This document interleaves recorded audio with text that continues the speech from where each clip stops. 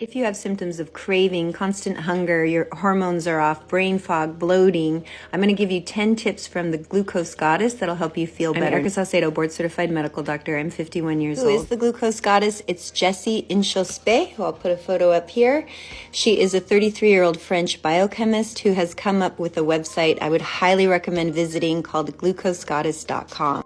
I just watched her 20-minute video on 10 hacks on how to improve your blood glucose, so I'm going to go through those in hopefully about 3 minutes. Please, if you have a minute, go visit her website as well. First hack is to eat foods in the right order, so that would be your vegetables first, then your protein and your fats, then your starches and sugars or your carbs.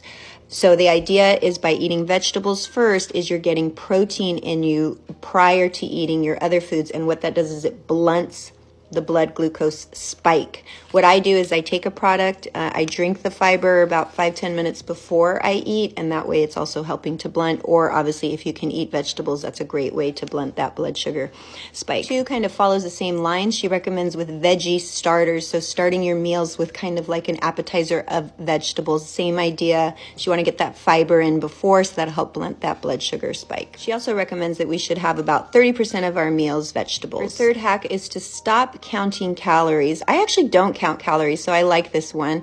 The idea is that you have somebody who eats 2,000 calories and somebody else who's eating 2,000 calories. If this person is eating McDonald's and fast food versus this person eating healthy foods, obviously that's going to be a completely different source of energy.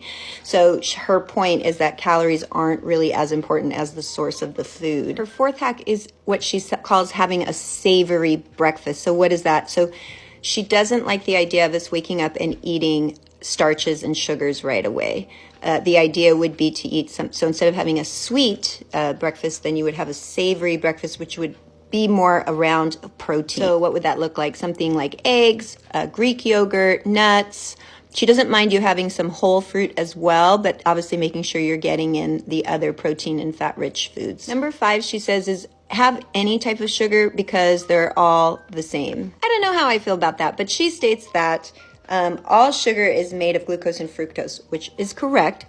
So she says if you're eating sugar, that should be a luxury, and so just enjoy it. Like, don't try to make it good for you because it's really not. So whether you have honey or you have white sugar or you have agave, it's all going to be sugar in her mind. So it's something to think about. Number 6 is pick a dessert versus a sweet snack. So what does that mean? So in the day, let's say you're hungry and you want to have a little snack, don't have a sweet snack. She'd probably recommend a savory snack in that case, but save your sweet snacks for after you've eaten. Again, the idea is if you've eaten you've eaten your fiber, your protein, your fat, then you're saving that carb for very last, and so you're not going to have such a high blood sugar spike. Number 7, she mentions having vinegar. So she says 1 tablespoon of vinegar in a glass of water prior to eating, and what that does is it blunts the blood sugar spike.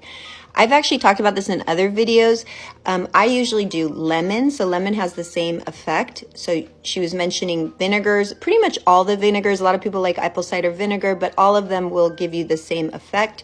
You can use lemon as well. The idea is that when you have lemon, when you have vinegar before in water prior to eating, is that you're blunting your blood sugar spike. So it's a great hack. 8 is to use your muscles after you eat. And the idea is if you're using your muscles, you're going to burn the carbs. So you're going to burn already some of the carb that you have eaten or ingested. So her recommendation is basically for 10 minutes moving around. So that would be something like going for a walk. Number 9 is something I alluded to earlier. She says, if you have a snack, make sure it's a savory snack, not a sweet snack. So savory snack is going to be something that's more around protein and fat. So you can think of nuts again, Greek yogurt, those kind of things to help decrease the blood sugar spike. Number 10, I like it. She says, put your clothes on your carbs. So what does that mean? Let's say you are deciding to have that chocolate cake at the end of your meal.